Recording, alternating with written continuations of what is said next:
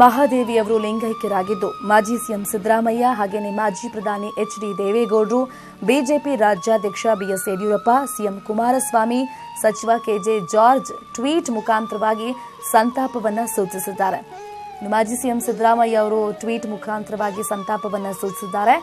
ಇವತ್ತು ಲಿಂಗೈಕ್ಯರಾಗಿರುವಂತಹ ಕೂಡಲ ಸಂಗಮ ಬಸವಧರ್ಮ ಪೀಠದ ಅಧ್ಯಕ್ಷೆ ಮಾತೆ ಮಹಾದೇವಿ ಅವರಿಗೆ ಶ್ರದ್ಧಾಂಜಲಿ ಅಂತ ಹೇಳಿದ್ದಾರೆ. ಜೊತೆಗೆ ಬಸವ ತತ್ವ ಪ್ರಚಾರಕ್ಕೆ ತನ್ನ ಬದುಕನ್ನೇ ಮುಡಿಪಾಗಿ ಇಟ್ಟಿದ್ರು. ನೇರ ನಡೆ ನುಡಿ ಮತ್ತು ಜನಪರ ನಿಲುವಿನ ಶರಣೆ ಇನ್ನಷ್ಟು ಕಾಲ ಮಾರ್ಗದರ್ಶಕರಾಗಿ ನಮ್ಮ ಜೊತೆ ಇರಬೇಕಾಗಿತ್ತು ಅನ್ನೋ ಅಭಿಪ್ರಾಯವನ್ನ ಕೂಡ ಸಿದ್ದರಾಮಯ್ಯ ಅವರು ವ್ಯಕ್ತಪಡಿಸಿದ್ದಾರೆ ಟ್ವೀಟ್ ಮುಖೇನ. ಇನ್ನು ದೇವೇಗೌಡರು ಕೂಡ ಅವರ ಟ್ವಿಟರ್ ಖಾತೆಯಲ್ಲಿ ಸಂತಾಪವನ್ನು ಸೂಚಿಸಿದ್ದಾರೆ.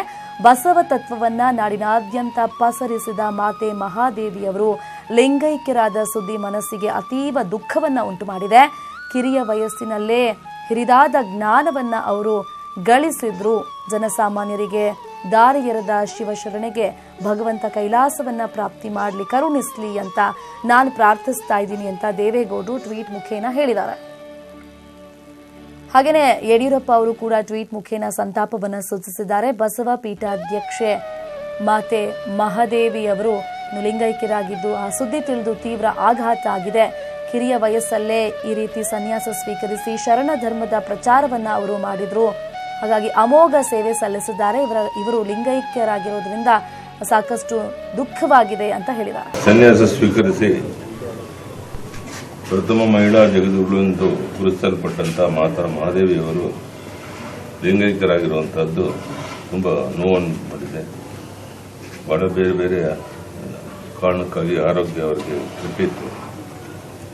ಕೂಡಲ ಸಂಗಮ ಬಸವಪೀಠದ ಅಧ್ಯಕ್ಷೆಯಾಗಿದ್ದ ಇವರು ಅಮೆರಿಕ ಕೆನಡಾದಲ್ಲಿ ಕೂಡ ಧರ್ಮ ಪ್ರಚಾರವನ್ನು ಮಾಡಿದ್ದರು. ಗುರು ಲಿಂಗಾನಂದ ಗುರುಗಳಿಂದ ಪ್ರಭಾವಿತರಾಗಿದ್ದ ಇವರು ಅಪಾರ ಭಕ್ತವರನ್ನ ಹೊಂದಿದ್ರು. ಅಂತವರು ಶಿವೈಕ್ಯರಾಗಿದ್ದಾರೆ. ಆತ್ಮಕ್ಕೆ ಶಾಂತಿಯನ್ನು. ಇನ್ನು ಮಾತೆ ಮಹಾದೇವಿ ಇದೇ ವರ್ಷ ಬಾಗಲಕೋಟೆಯ ಕೂಡಲ ಸಂಗಮದಲ್ಲಿ ನಡೆದಂತ 32ನೇ ಶರಣ ಮೇಳದಲ್ಲಿ ಮಾತನಾಡಿದ್ದೇ ಕೊನೆ. ಅವತ್ತು ಆರೋಗ್ಯ ಸರಿ ಇಲ್ಲದಿದ್ರೂ ಕೂಡ ಆಸ್ಪತ್ರೆಯಿಂದ ವೇದಿಕೆಗೆ ಬಂದು ಭಾಷಣವನ್ನ ಮಾಡಿದ್ರು. ಒಂದು ವಿಧಾನಸಭೆಯಲ್ಲಿ ಏನು ಅದ್ಭುತವಾಗಿ ಭಾಷಣ ಮಾಡಿದ್ರು ಅಂದ್ರೆ, ಸುಮಾರು 3 ಗಂಟೆಗಳ ಕಾಲ ಬಸವಣ್ಣನವರ ಕಾಯಕ ಅಂದ್ರೇನು, ದಾಸೋಹ ಅಂದ್ರೇನು, ಕಾಯಕ ತತ್ವ ಅಂದ್ರೆ ಅದರ ಏನು ವಿಮರ್ಶೆ ಮಾಡಿ ಇಷ್ಟು ಚೆನ್ನಾಗಿ ಮಾತಾಡಿದ್ರು. ವಚನಗಳನ್ನೇ ಎಷ್ಟು ಚೆನ್ನಾಗಿ ಹೇಳಿದ್ರು. ಅದನ್ನೆಲ್ಲ ನೋಡಿದಾಗ ನನಗೆ ಬಹಳ ಬಹಳ ಖುಷಿ ಅನ್ನಿಸ್ತು. ಅಲ್ಲ, ನಂತರ ಯಡಿಯೂರಪ್ಪನವರು ಮಾತಾಡಿದ್ರು. ಒಂದು ಸಲನೂ ಅವ್ರ ನಾಲ್ಗೆ ಮೇಲೆ ಬಸವಣ್ಣ ಅಂತ ಶಬ್ದ ಬರಲಿಲ್ಲ.